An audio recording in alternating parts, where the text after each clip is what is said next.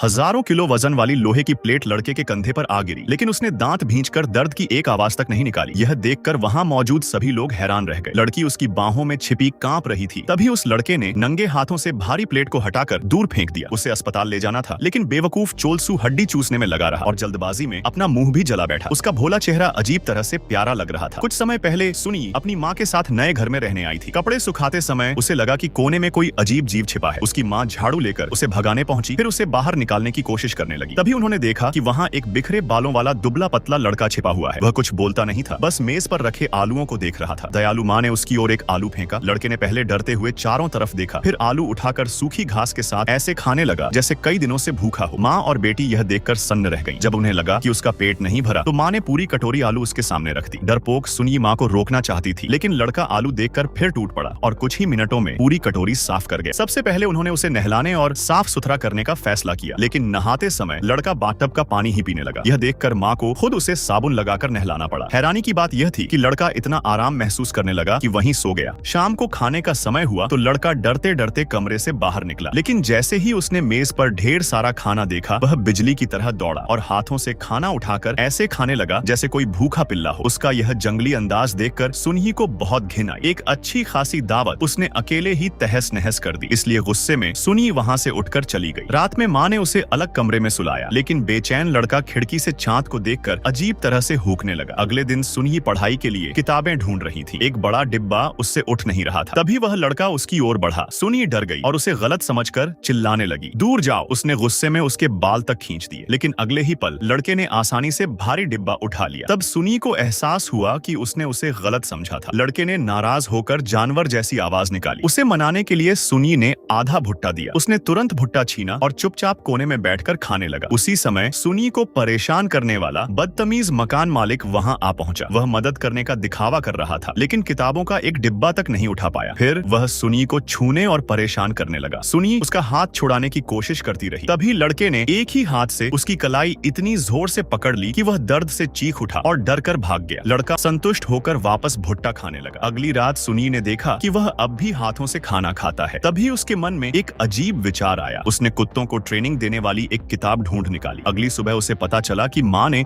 उस लड़के का नाम चोलसू रख दिया है। बच्चे उसके साथ खेलने लगे। एक छोटी लड़की गिर पड़ी तो चोलसू ने उसे गोद में उठाया और दौड़ता रहा। बेसबॉल खेलते समय गेंद बहुत दूर चली गई, लेकिन चोलसू तुरंत उसे ढूंढ लाया। उसने हल्के से गेंद फेंकी और वह इतनी दूर गई कि दूसरी जंगल की तरफ पहुंच गई। थोड़ी देर बाद सुनही आलू लेकर आई ताकि वह चोलसू को ठीक से खाना सिखा सके, लेकिन उसके बोलने से पहले ही चोलसू एक आलू पल भर में खा गया। यह देखकर सुनी सचमुच परेशान हो गई।